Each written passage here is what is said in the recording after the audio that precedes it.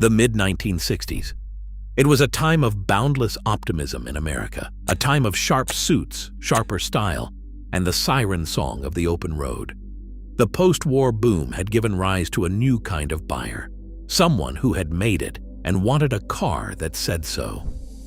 Into this world drove a new class of automobile, the personal luxury coupe. Ford had its Thunderbird, Buick had the stunning Riviera. These were cars for the individual, rolling testaments to style and success.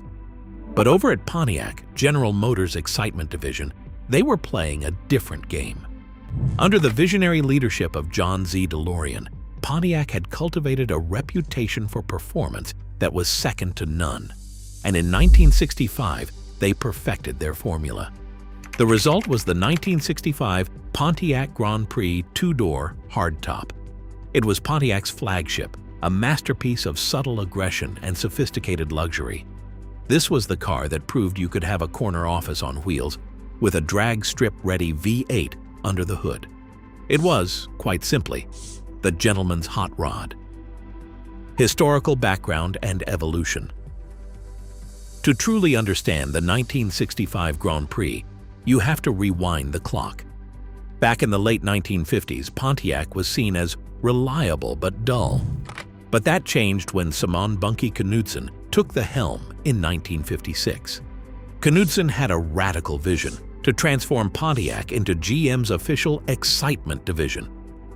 The masterstroke came in 1962 with a direct challenge to the Ford Thunderbird. The gentleman's hot rod is born. The directive from Knudsen to his team, which included engineer John DeLorean, was simple. Create a car with the flair of a European grand tourer and the heart of an American muscle machine. The team started with the full-size Catalina hardtop coupe. Then they did something revolutionary. They took the chrome off. The busy side trim was removed, creating a clean, sleek profile. They made bucket seats and a center console standard, creating a cockpit-like feel. Under the hood, the standard engine was a potent 303 horsepower, 389 cubic inch V8. The 1962 Grand Prix was an instant hit, establishing the core DNA, understated exterior style, a luxurious interior, and a powerful V8 engine. A generational leap. For 1965, General Motors planned a complete redesign of its full-size B-body platform. The car that emerged in the fall of 1964 was a revelation. The boxy stance was gone, replaced by a shape that was impossibly long, low, and curvaceous. This was the birth of the iconic Coke bottle styling. Key changes cemented its new identity. Vertically stacked headlights gave the front an aggressive look. The 1965 Grand Prix now had its own exclusive hardtop roofline, distinct from the cheaper Catalina. The rear featured slotted taillights hidden within the full-width trim panel. The wheelbase stretched to 121 inches. This was the ultimate expression of the personal luxury concept. Design and styling features. If the 1965 Grand Prix was a statement, its design was the language it spoke. Stretching over 17 feet long, it had undeniable presence. But where other large cars looked blocky, the Grand Prix looked athletic and poised. The iconic Coke bottle profile. The defining feature was its iconic Coke bottle styling. The body gracefully swelled out over the wheels, creating muscular hips. Between those bulges, the bodywork tucked in dramatically at the doors, creating a pinched waist effect. It made the Grand Prix look like it was slicing through the air, even when parked. A face of distinction. The front wore Pontiac's signature vertically stacked headlights, instantly setting it apart. These quad lamps flanked a proud grille that flowed seamlessly into the chrome bumper. The integrated design gave the front end a clean, custom car appearance. The pillarless hardtop. The Grand Prix was a true two-door hardtop with no B-pillar between windows. With all windows down, it created a wide-open convertible-like feeling. The optional Cordova top, a full vinyl roof covering in black or white, gave the car a more formal appearance and proved incredibly popular. the hidden taillights. DeLorean's obsession with clean design was most evident at the rear. The taillights were concealed behind thin, horizontal slots running across the entire back.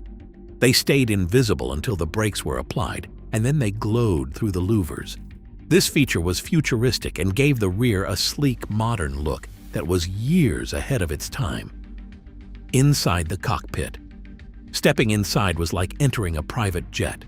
Standard equipment included luxurious bucket seats upholstered in rich Morocco vinyl. Between the seats flowed a full-length center console. The dashboard was a masterpiece of simulated burled walnut, with round gauges arranged in a driver-oriented panel. This was a personal cockpit for the serious driver. Powertrain and performance. All that style wasn't just for show. Underneath that long hood, buyers had engines that could transform the Grand Prix from a highway cruiser into a tire-shredding street machine. The standard engine was a potent 389 cubic inch V8 with a 4-barrel carburetor, producing 325 horsepower. It delivered a seemingly endless wave of torque. The Tri-Power and 421. For those who wanted more, Pontiac offered the legendary Tri-Power, 3 2-barrel carburetors that unleashed 333 horsepower. But the ultimate option was the mighty 421 cubic inch V8. The base version delivered 338 horsepower. The Tri-Power 421 pumped out 356 horsepower, and the 421 high output, with its hot camshaft and better breathing heads, produced a staggering 376 horsepower. Real-world performance, period road tests tell the story. A Grand Prix with the standard 389 could hit 60 miles per hour in about 8 seconds. The hot 421 high-output models with a 4-speed could storm through the quarter-mile in the mid to high 14-second range, trapping near 100 miles per hour. The Grand Prix wasn't just fast for a big car, it was just plain fast. Market reception and cultural impact. The new Grand Prix rolled into showrooms in fall 1964, and the reaction was overwhelming.